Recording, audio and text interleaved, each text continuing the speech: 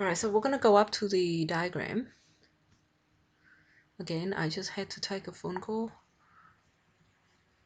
This is gonna take a while just to go up. This is why I really don't like to use Word to write. I can't really do this with PowerPoint, but anyway. So find the value of k for which Tasmania should run directly from his camp towards the desalination plant, which means that you're gonna have no swimming time to reach it at minimum time. Okay, so this means that in this case, xy would overlap with this point, or xy would also equal to square root of 7 over 2 and 3/4.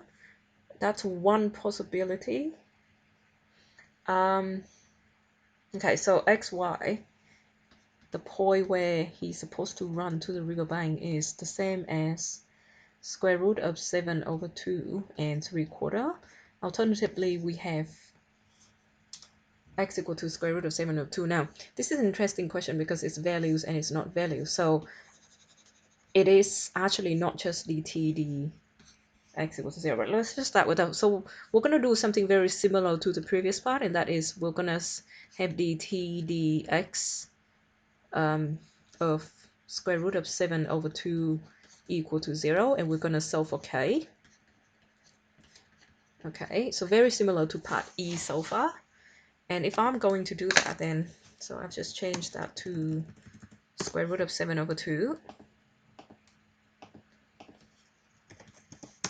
Then this is the value of k that I have. So 5 root 37 on 74.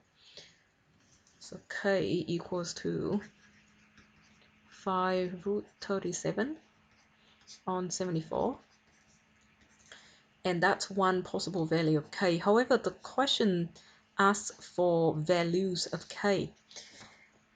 So you need to think about, okay, is there anything else is there any other value of k? So the question is there any other value of k so that the minimum t occur at x equal to square root of 7 over 2. Now this is an interesting scenario, and it is actually still possible for the minimum value to occur at this point without this point being a stationary point, because the local minimum is not necessarily the minimum value. The minimum value is just the lowest point on the graph. So I'm just going to sketch it, I think. So I'm going to sketch t of x. I need a slider for k. Now, slider is useful. I'm going to put in a actual value of k. In this case, 5 root 5 times root 37 on 74. Okay, so let's say you have that. So this is the graph, and you definitely have, well, I mean, you can put a domain in. It is greater or equal to 0.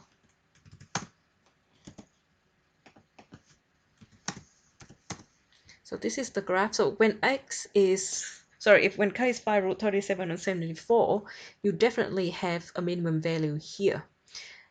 And then, but then if you think about it, if let's say I have sometimes you just need to change the value of k and see what's up. So I'm just going to say if I have a k value higher, what's going on when the k value is higher. Let's just zoom in for a little bit.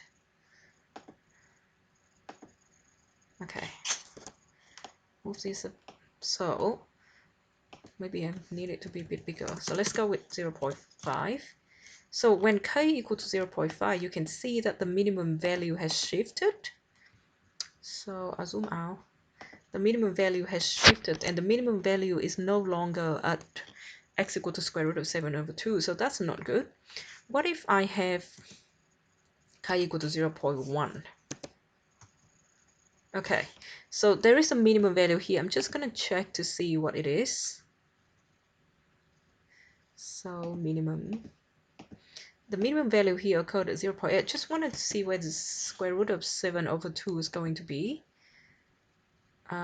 So we go x equal to square root of 7 over 2. So square root of 7 over 2 here. So when k equal to 0.1, the minimum value occurs before square root of 7 over 2.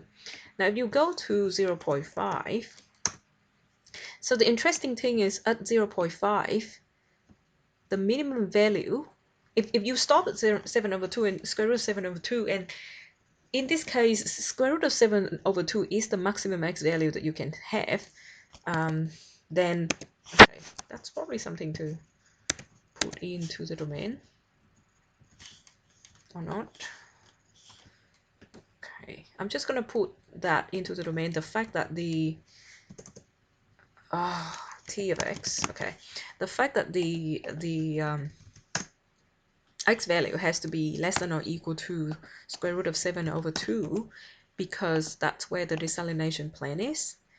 You know, this is a lot easier to do, but a lot harder to explain in this particular question. Okay, square root of 7 over 2. All right, so when k equal to 0.5, square root of 7 over 2 is the smallest point on the graph. It is not the minimum, it's not a local minimum, but it is the smallest point. So it is an absolute minimum. The question is, at what value of k do you start to have this trend? Now, if you think about, so this is phi, this is the answer that we found before. So phi root 37 on 74, I'm just writing it again. So at that point, you have a minimum.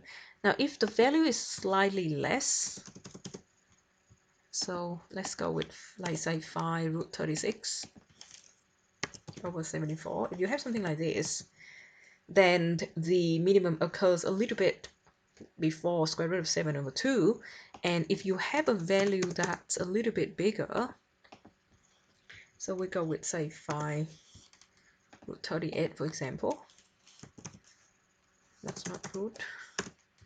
Phi root 38 over 74. Then the minimum will occur a little bit before square root of 7 over 2. So what is going on here is that for k being greater than phi root 37 over 74, that's going to be the other answer, because for this value, for these values, the lowest point on the graph would occur at x equal to square root of 7 over 2. Okay, so something like that. Hard question, but again, with the cast, there's quite a few things that you can do. I'm going to stop now. I have to merge these videos together.